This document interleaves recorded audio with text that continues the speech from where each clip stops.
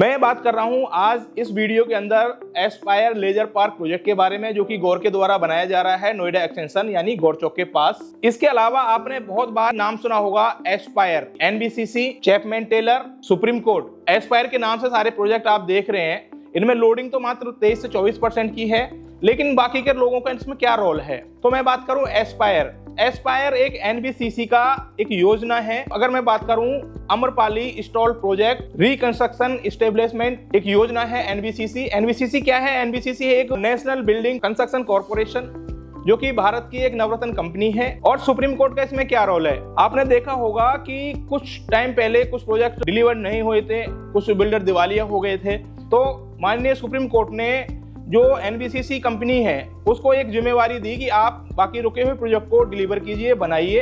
आपके यहाँ पे आपके मन में कंफ्यूजन आ गया, एनबीसीसी तो यार सही कंस्ट्रक्शन नहीं करता है, लेकिन ये हकीकत नहीं है।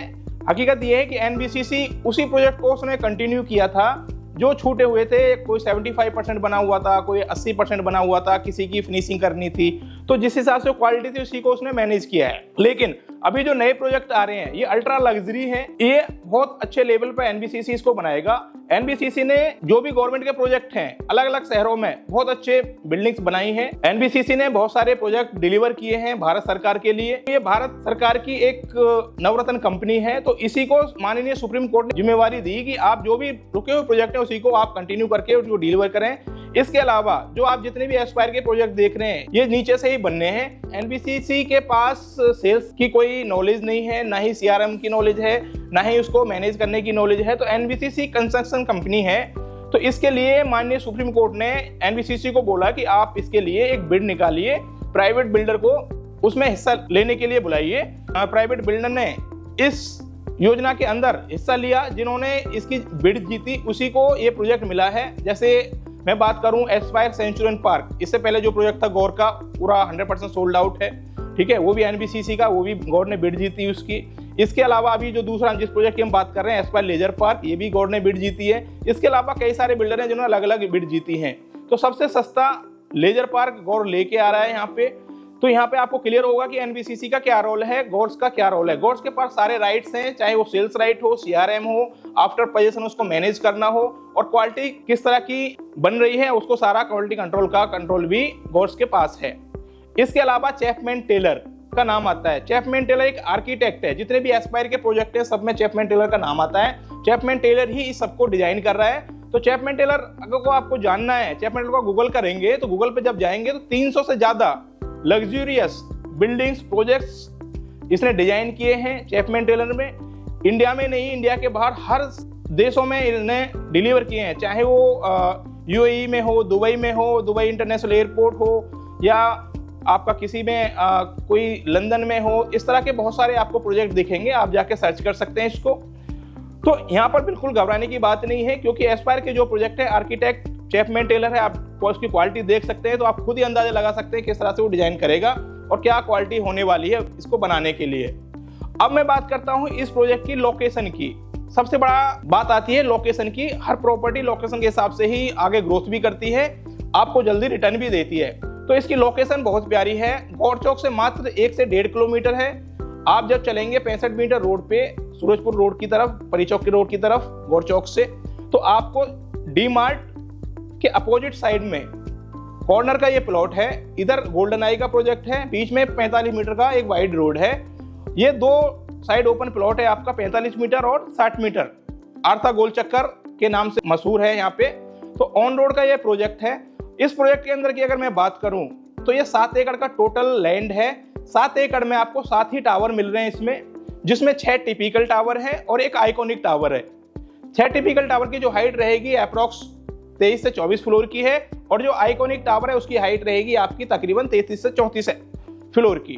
दोनों में डिफरेंस क्या है? दोनों में रेट का भी डिफरेंस है और एक क्वालिटी का भी थोड़ा सा डिफरेंस है, ठीक है। लिफ्ट में अगर मैं लिफ्ट की बात करूं, टिपिकल टावर में 4 लिफ्ट हैं हर टावर के अंदर। अगर मैं बात करूं आइकॉनिक टावर की, तो इसमें हर फ्लोर पे 2 ही यूनिट है, और टिपिकल टावर में आपकी 4 यूनिट आती है, ठीक है। आइकॉनिक टावर में 5 लिफ्ट आती हैं, और उसके साथ में ही आपका क्लब हाउस है, जिसके अंदर आपको वो सारी अमेनिटीज मिलती हैं, इंडोर भी आउटडोर भी। इस प्रोजेक्ट की एक खासियत और है कि इसमें आपको डबल स्विमिंग पूल मिल रहा है, यानी 2 स्विमिंग पूल मिल रहे हैं आपको। ठीक है, तो क्लब हाउस की बात करें एरिया की तो 35,000 स्क्वायर फीट का क्लब हाउस है। तो इस तरह से ये प्रोजेक्ट मेरे हिसाब से अभी तक का सबसे सस्ता, सबसे लग्जरियस, सबसे अच्छी लोकेशन पे बनने वाला प्रोजेक्ट है। इसके अंदर आपको अभी क्या फायदे हैं, अगर आप इसमें आते हैं, विजिट करते हैं या इस प्रोजेक्ट को देखते हैं, इसमें जो प्राइस निकाला है बिल्डर ने वो निकाला है 13,000 का लॉन्च प्राइस, जो कि टिपिकल टावर के लिए है। आइकॉनिक टावर का जो प्राइस निकला है वो 14,500 का है।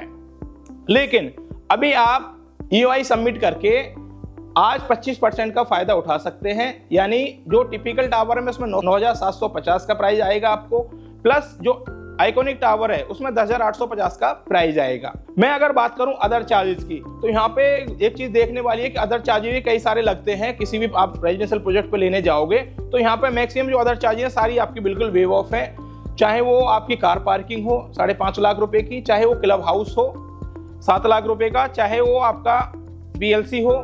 कुछ यूनिट्स पे PLC लग रही है, बाकी यूनिट्स पे PLC नहीं लग रही है। और GST की बात करें तो हर प्रोजेक्ट पे GST जाता ही जाता है, तो यहाँ पे आपको GST का भी फायदा है। अपार्टमेंट के ऊपर 1 करोड़ के आसपास आप आज की डेट में फायदा उठा सकते हैं इसका। अभी क्या है कि एक EOI प्रोसेस चल रहा है कुछ टाइम के लिए, ज्यादा दिन इसमें बचे नहीं है। उस EOI प्रोसेस में क्या है, अभी 15 लाख रुपए का आपका चेक क्लियर होगा, फिर एक डेट आएगी अलॉटमेंट डेट। आज 22 जून है, ठीक है, 30 जून या जुलाई के फर्स्ट वीक में यहाँ पे अलॉटमेंट होने वाला है। तो उस अलॉटमेंट पे आपको बुलाया जाएगा, आपको प्रायोरिटी नंबर पहले ही दिया जाएगा। जब आप EOI सबमिट करेंगे तो उस पे आपको एक टोकन नंबर मिलता है, तो आपको अलॉटमेंट डे पे आके अपना 10% पेमेंट करके आप इसमें आगे अपनी यूनिट पे बढ़ सकते हैं। अपने हिसाब से यूनिट आप चूज कर सकते हैं। साइज की मैं अगर बात करूं तो सबसे छोटा जो साइज आता है 2300 स्क्वायर फीट से यहाँ पे शुरुआत है, और 3 BHK के 2 साइज यहाँ पे मिलते हैं आपको 2293 स्क्वायर फीट और 2305 स्क्वायर फीट। ठीक है, इसके अलावा 4 BHK के अगर हम बात करते हैं 4+1, इसमें आपको 2 साइज मिल जाते हैं 2783 स्क्वायर फीट और 3769 स्क्वायर फीट। इसके अलावा 2 ही सिर्फ इसमें ड्यूप्लेक्स हैं जो कि टॉप फ्लोर पे हैं, उसका साइज आ जाता है 7200 स्क्वायर फीट।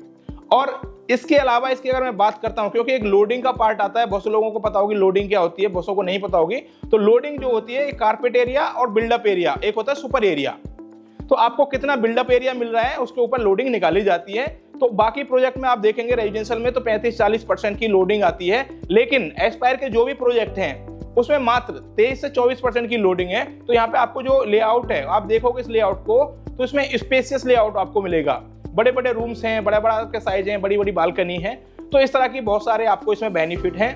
अगर आपने अभी तक इस चैनल को यानी एसेट विज्ञान को सब्सक्राइब नहीं किया है तो अभी कर लीजिए, और इस वीडियो को ज्यादा से ज्यादा अपने सर्कल में आप शेयर कीजिए। तो दिए नंबर पर तुरंत कॉल कीजिए। मिलते हैं नेक्स्ट वीडियो में, तब तक के लिए बने रहिए। धन्यवाद।